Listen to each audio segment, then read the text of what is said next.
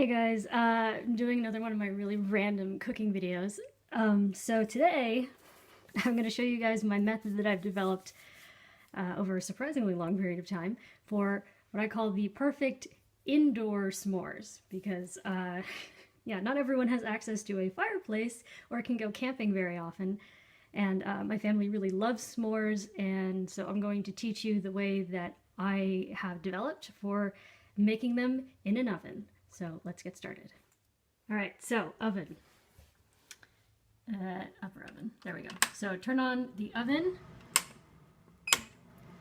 to broil and set it to high. Now, what is broil? That is when you turn on the oven, that's not supposed to be in there.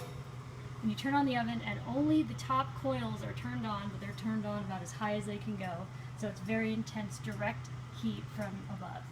Okay, so materials list, or ingredients, I guess, but it's a little, it's that and then some. Now, what are the basic components to a s'more? You have graham crackers, you have chocolate, you have marshmallows. Now, again, this is the method I've developed over longer than I'd care to admit for the perfect indoor s'mores. So I've actually found the, at least for my family, the ideal ratio of ingredients. Now, this is, like those basic like honey-made graham crackers. Now there are 9 in each package, and I make them one package at a time. And inevitably you end up breaking one unevenly, so it's perfect that there's 9, because then you can make 8 perfect s'mores. And they usually come in these like 9 at a time little thingies, so one of those. And now this is one of the ingredients that I really, really highly recommend. And I don't mean to like product place with any of this stuff. This is just the things that I generally use. Now, these are not normal size marshmallows. In fact, they're not even the normal large size marshmallows. They are jumbo. Now, why? I will show you in a minute, but I really recommend these. We get them at like the big grocery stores, Safeway, Lucky's, Albertsons, those kind of places. I actually live in an area where we don't have Walmarts, but I have seen these in Walmarts in other states, so highly recommend you look into them. Now we're going to need 4 of these, and so I use parchment paper to line the cookie sheet, which is the vessel that we will be using to put these in. So it's cookie sheet, parchment paper, and I'm going to show you the ratio of chocolate that I use. But so Hershey bar, right? So there's the normal Hershey bar, which I'm sure a lot of you guys are familiar with. Then there's the king size.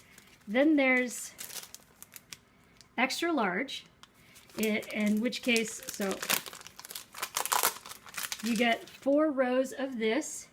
So with these, I would just use one of these per s'more, but I'll show you that later.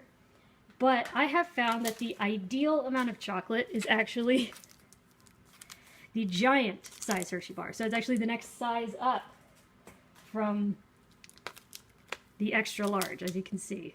So yeah, I'll show you. So you open this up. You can tell the scale difference. It's actually kind of funny that they make Hershey bars this big. But yeah. Now, not only is it larger, but it's actually thicker. Like the chocolate itself is thicker.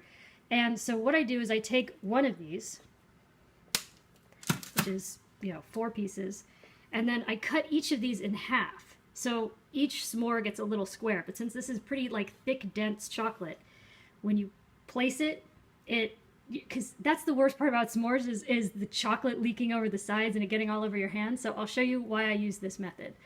So yes, I highly recommend the jumbo marshmallows and the giant size Hershey bar with, one of these, just, one section, 1/4 of the bar, and then each of these cut in half. Now I'm going to move this around so I can record this next bit a little better. Okay, so I feel like this is probably stating the obvious. So take the graham crackers and break them along the seam and set them aside. So that's obviously step 1. But step 2 is, so You're gonna get your 4 marshmallows. Here's what you're gonna do. So they're like cylinders, right? So turn them on the side and then cut it in half, or as close to half as you can. And yeah, it's kind of gummy marshmallows, so you're gonna have to work it through. But yeah, and then you cut that half in half. So what you get are, they end up a little oblong, but what you get are these big marshmallow discs. And this is the reason why I recommend the jumbo. Sorry, the camera's wobbling because this is not actually a tripod I'm using, but anyways. So the reason why I recommend the jumbo is because you get one even-sized circular disc that very nearly covers all of the graham cracker. And the reason why is because under the broiler, this will actually burn fairly easily. So the more of it that's covered with marshmallow, the better. So yeah, that's why I recommend the jumbo rather than just the large. So what you're gonna do is cut each marshmallow into quarters. So you're gonna have 4 little pieces. And then of course, you're gonna have, so 1 marshmallow will cover 2 graham crackers, because each one's going to get a disc like this. I'll show you a better layout of it later. But so the ones that are from the end, so the ones that are not sticky because you didn't cut that side, you want to make sure you put the sticky side on the marshmallow, and I'll show you why after these come out of the oven. But trust me. So I'm just going to do the sous chefing and then I'll show you the layout. Yeah, so here's the quarter of the giant bar, and then you just take these and you... And I like to do this before I put the things in the oven, but I guess you don't have to since it's pretty quick. Alright, so here's how I've got them laid out, and yes, I did break the 9th graham cracker, so this is perfect. So this would be 1, 2, 3, 4 graham, 5, 6, 7, 8. So it's 1 package of grams, and then since the marshmallows are cut up into quarters, that's 1 marshmallow, 2, 3, 4, there you go.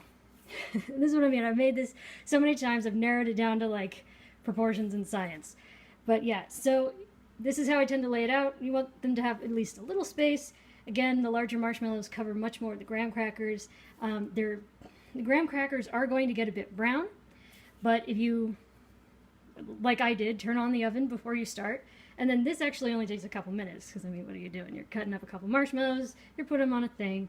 Now I use parchment paper just because it's, sometimes the marshmallow will spill out afterwards. I'll show you that. And it's just easier to clean than a baking pan. So yeah.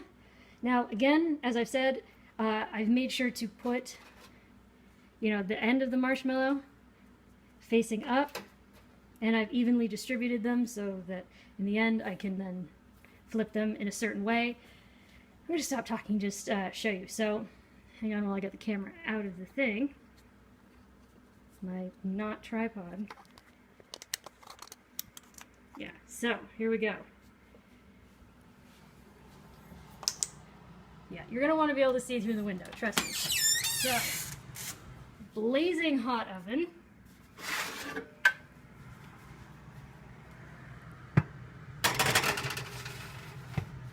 Under the rack. And I'm not kidding, keep a very close eye on this. It can take 2 minutes. See, this is what I mean by fast. Yeah. I'm gonna give them, I'm not even kidding, maybe like 20 more seconds perhaps. And it really helps to have a window you can actually see through, unlike this one. But yeah. I feel like I shouldn't have to say this, but oven mitt, except I could have used that advice earlier last week. So yes, you want to wait until they're very, very dark brown on top. Pull them out.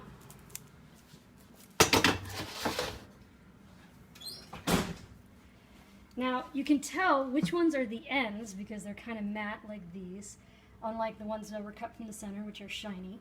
Now I'm going to show you why it's important to keep these face up. Now here's a little bit of that chocolate. Now when I put it on a shiny one, it doesn't want to go because that top is caramelized. But when we put it on one like this, sorry, I'm trying to do this in one hand. It'll start to break through the top and sink in.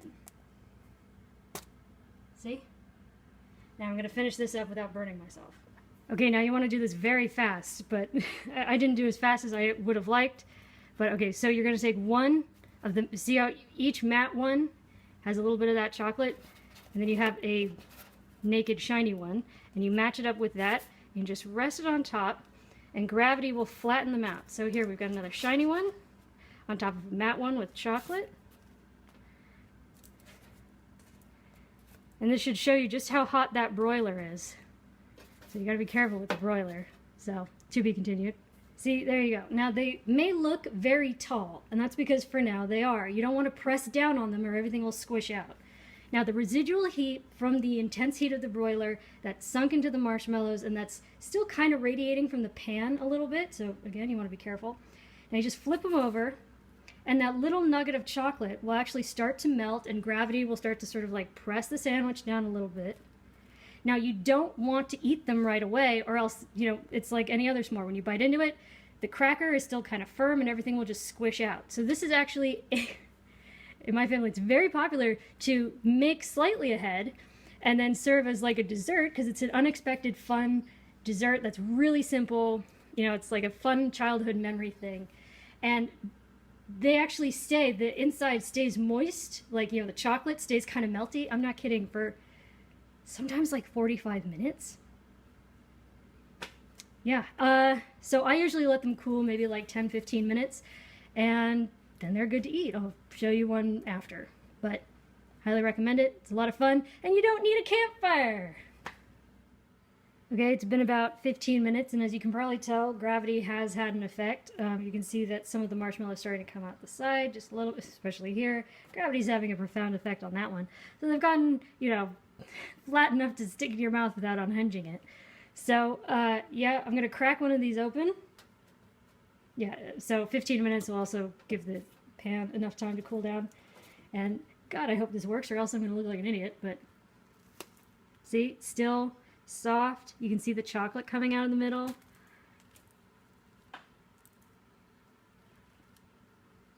Yep, it's great. It's a nice little contained snack. Honestly, since I don't like getting totally messy, I let them sit for longer than 20 minutes, but yep, there you go. Oh, how am I going to turn this off now? Okay, well, enjoy! Okay, those s'mores came out of the oven at what, like 2:38, 2:39 in the afternoon, and it is now 5 to 3, so it's been over an hour, and if you don't believe me that they stay like melty and warm, look.